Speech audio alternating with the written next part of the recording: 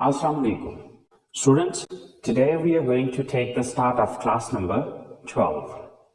तो आज हम आगाज करने जा रहे हैं क्लास नंबर 12 का। आज की क्लास में हम लोग डिस्कस करेंगे शुड हैव मॉडल वर्ब को। लेकिन क्लास शुरू करने से पहले अगर अभी तक आप लोगों ने मेरे चैनल को सब्सक्राइब नहीं किया, प्लीज सब्सक्राइब के बटन पर क्लिक कर दें। अगर आपको वीडियोस पसंद आ रही हैं और अगर आप उनसे कुछ सीख रहे हैं तो प्लीज लाइक के बटन पर क्लिक कीजिए और अपने दोस्तों के साथ भी शेयर कीजिए। और अगर आपको कोई भी कंफ्यूजन हो रहा है तो प्लीज आप लोग कमेंट्स बॉक्स में जाके कमेंट्स कर सकते हैं ताकि मैं आपकी उस प्रॉब्लम को सॉल्व कर सकूं। सो स्टार्ट करते हैं आज की class. Students, should have modal verb का जो यूज है वो बिल्कुल वैसे ही है जिस तरह से शुड मॉडल वर्ब का यूज किया जाता था। फर्क सिर्फ इतना आएगा कि should have modal verb should का पास्ट है, यानी कि उसी मकसद के लिए ये भी यूज हो रहा है जिस मकसद के लिए शुड यूज हो रहा था। लेकिन फर्क सिर्फ इतना आ जाएगा कि शुड मॉडल वर्ब को हम प्रेजेंट में यूज कर रहे थे और शुड हैव मॉडल वर्ब को हम पास्ट में यूज करेंगे। तो अब अगर हम इसकी डेफिनेशन को देखते हैं तो क्या है कि should have modal verb is used to express advisability and suggestion in the past. अब अगर हम प्रेजेंट की शुड की डेफिनेशन को देखें तो वहां पे ये था to express advisability and suggestion in the present. सिर्फ फर्क आ रहा है प्रेजेंट और पास्ट का, बाकी सेम एज इट इज जो ये डेफिनेशन है वही शुड की डेफिनेशन थी। तो मतलब कहने का ये है कि अगर हम गुजरे हुए वक्त में किसी को नसीहत करना चाहते हैं या फिर मशवरा देना चाहते हैं तो उस मकसद के लिए हम शुड हैव मॉडल वर्ब का इस्तेमाल करेंगे। अब शुड मॉडल वर्ब में उर्दू जुमलों के आखिर में ना चाहिए, नी चाहिए, ले चाहिए वगैरह आता था, लेकिन अब शुड हैव मॉडल वर्ब में उर्दू जुमलों के आखिर में ना चाहिए था, नी चाहिए थी, ने चाहिए थे वगैरह आएगा, क्योंकि ये पास्ट की एडवाइजेबिलिटी है, सजेशन है। ठीक है। अच्छा, अब अगर हम इसकी स्ट्रक्चर को देखें तो इसकी स्ट्रक्चर के अंदर एक छोटा सा चेंज आ रहा है। वो चेंज क्या आ रहा है कि शुड के अंदर हम यूज करते थे subject plus should plus first form of the verb plus object, लेकिन शुड हैव मॉडल वर्ब में subject plus should have plus third form. यहां पर वर्ब की फर्स्ट फॉर्म नहीं आएगी बल्कि वर्ब की थर्ड फॉर्म आएगी। जो यहां पर चेंज आ रहा है वो मेन चेंज ये आ रहा है। ठीक है। और शुड की जगह शुड हैव आ रहा है। ओके, तो चले हम इन सेंटेंसेस को बना के जरा देख लेते हैं। अब जैसे कि पहले हम कहते थे कि उसे मेहनत करनी चाहिए, तो अब जब हम इसको पास्ट में लेके जाएंगे तो वो हो जाएगा उसे मेहनत करनी चाहिए थी। तो अब जब मेहनत करनी चाहिए थी आएगा तो अब ये पास्ट की एडवाइजेबिलिटी है या सजेशन है। ठीक है। तो अब उसके लिए हम इस स्ट्रक्चर को फॉलो करते हैं। सो सबसे पहले सब्जेक्ट उसे मेहनत करनी चाहिए थी। अब चाहे वो लड़का है चाहे वो लड़की है, तो फर्ज करें वो लड़की है। सो वो एक लड़की की इंग्लिश क्या होती है? She. Then should have, she should have, then third form of the verb. अब यहां पर वर्ब कौन सा है? मेहनत करना। तो मेहनत करना की इंग्लिश होती है वर्क हार्ड। अब वर्क हार्ड तो चूंकि फर्स्ट फॉर्म है तो अब यहां पर मैं फर्स्ट फॉर्म तो नहीं यूज करूंगा, तो इसके लिए मुझे वर्क की थर्ड फॉर्म यूज करनी पड़ेगी और वर्क की थर्ड फॉर्म होती है worked. So she should have worked hard. She should have worked hard. उसे मेहनत करनी चाहिए थी। इसी तरह से उन्हें वक्त पर वहां पहुंचना चाहिए था। सो उन्हें यानी कि सब्जेक्ट कौन है? उन्हें, वो ज्यादा है। So they. Then should have, then verb. Verb क्या है यहां पे? पहुंचना। पहुंचना की इंग्लिश होती है रीच या अराइव। ओके। अब रीच की जो थर्ड फॉर्म है वो है reached. So they should have reached. अब कहां पहुंचने की बात हो रही है? वहां, there. They should have reached there. उन्हें वहां पहुंचना चाहिए था। वक्त पर, on time. They should have reached there on time. उन्हें वक्त पर वहां पहुंचना चाहिए था। इसी तरह से उसे अपने मुस्तकबिल के बारे में सोचना चाहिए था। अब किसको सोचना चाहिए था? उसे, यानी कि वो एक लड़का भी हो सकता है, वो एक लड़की भी हो सकती है। ओके, सो फर्ज करें वो एक लड़का है, सो उसे अपने मुस्तकबिल के बारे में सोचना चाहिए था। तो वो एक लड़का है, तो वो एक लड़का की इंग्लिश होगी he. Then should have,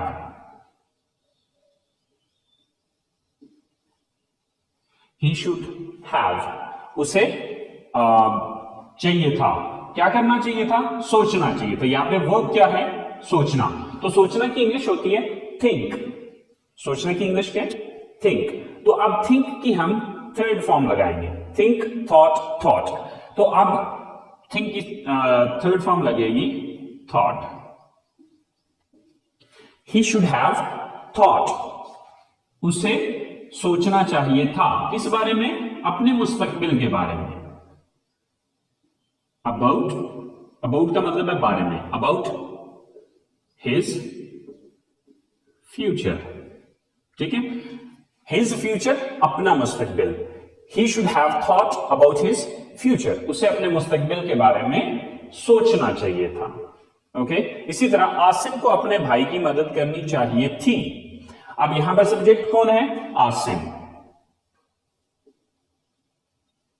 then should have,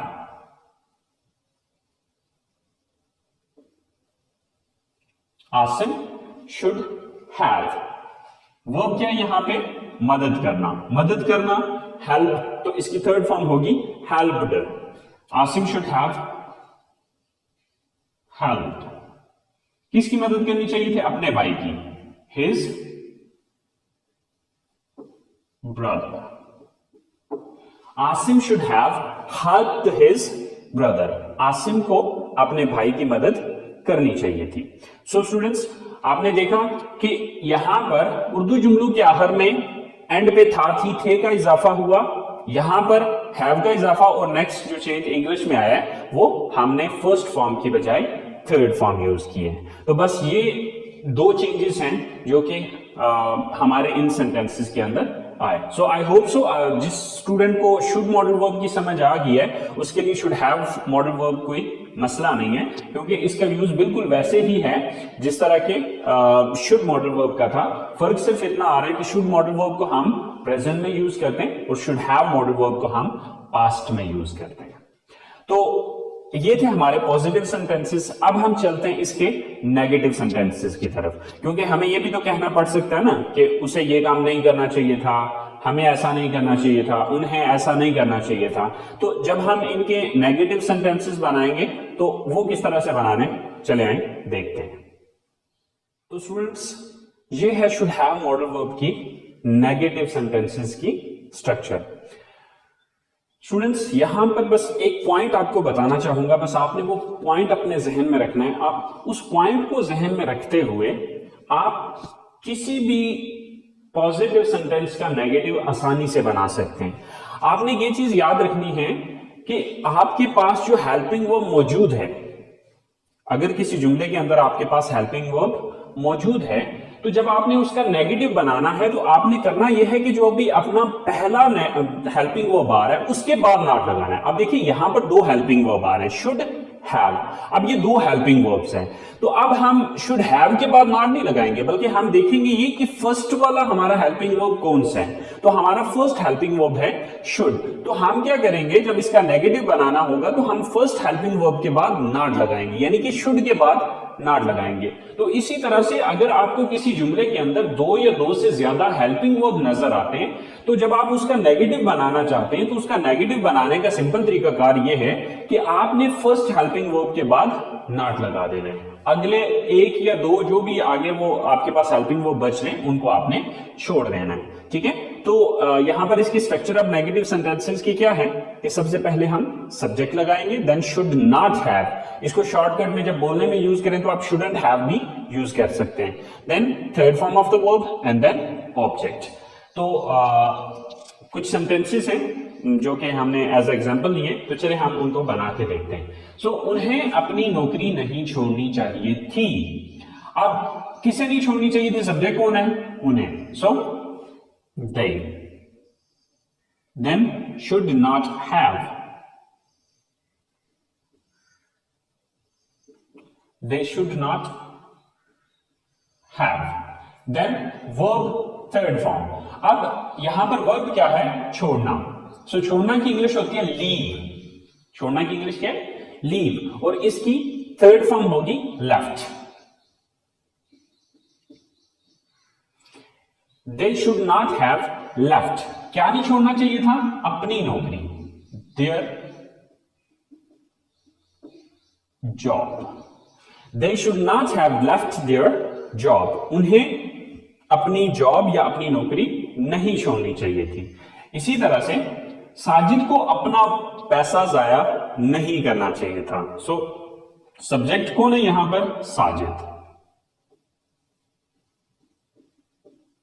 then should not have,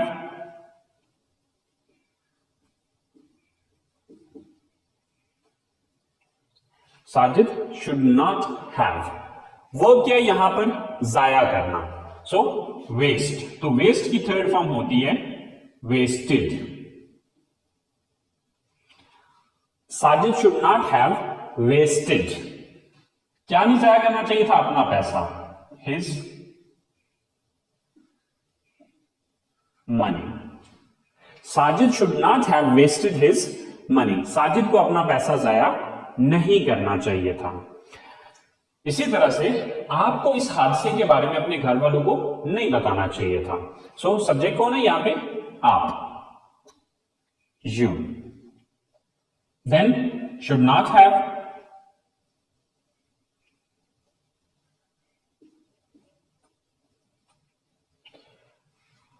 then verb. Verb क्या यहां पे? बताना। टेल, बताना की इंग्लिश होती है टेल, लेकिन इसकी थर्ड फॉर्म होगी told. You should not have told, किसको नहीं बताना चाहिए था? यानी कि किसको नहीं बताना चाहिए था? अपने घर वालों को, अपने घर वालों को यानी कि योर फैमिली। किस बारे में? इस हादसे के बारे में। अबाउट, अबाउट का मतलब है बारे में। अबाउट दिस इंसिडेंट कह लें या एक्सीडेंट कह लें, दोनों सूरतों में सही है।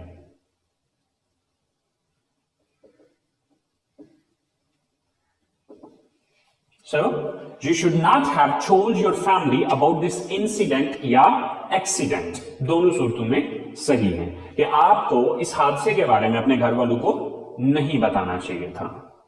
So, इसी तरह से उसे अकेले वहां नहीं जाना चाहिए था। आप उसे यानी कि उसे एक लड़की को, she then should not have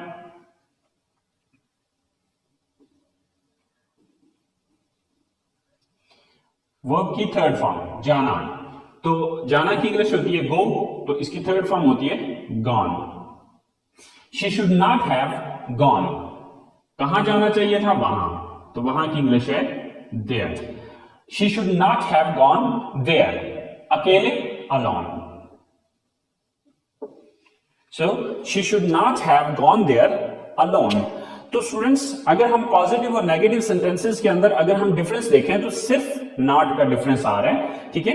आप शुड के बाद नॉट लगा दें पॉजिटिव सेंटेंसेस में तो वो नेगेटिव सेंटेंसेस बन जाएंगे। सो आई होप सो स्टूडेंट्स आपको नेगेटिव सेंटेंसेस की समझ आ गई होगी।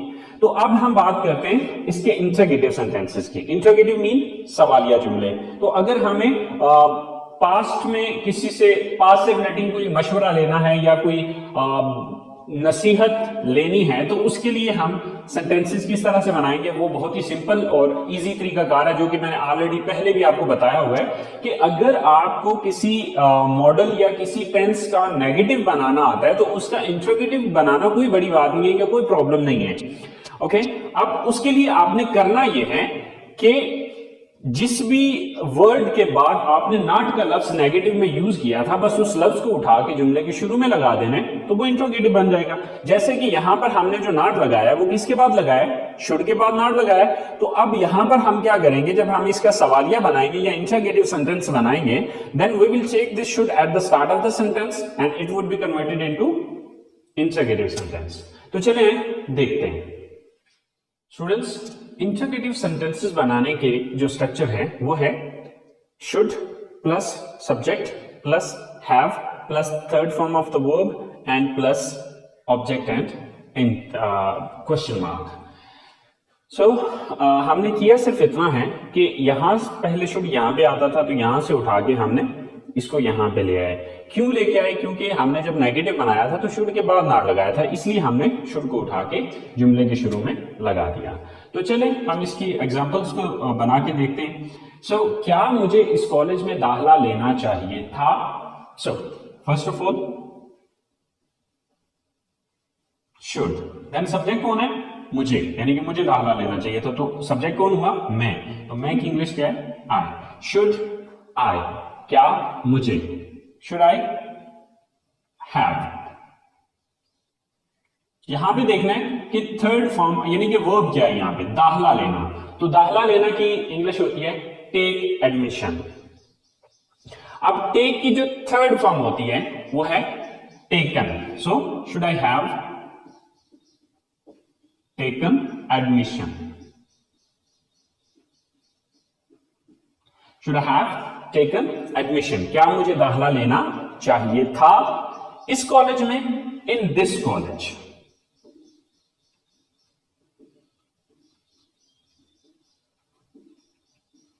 So should I have taken admission in this college, क्या मुझे इस कॉलेज में दाखिला लेना चाहिए था। इसी तरह से क्या हमें उसे इस बारे में बताना चाहिए था? So first of all should, then subject कौन है?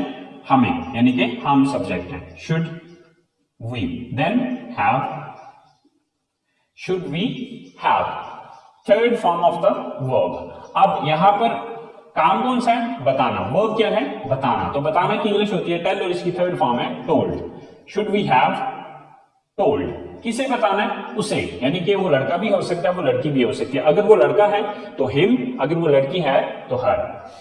Should we have told her या हिम। अब अगर लड़की है तो हर, अगर लड़का है तो him. So should we have told him, इस बारे में, अबाउट दिस।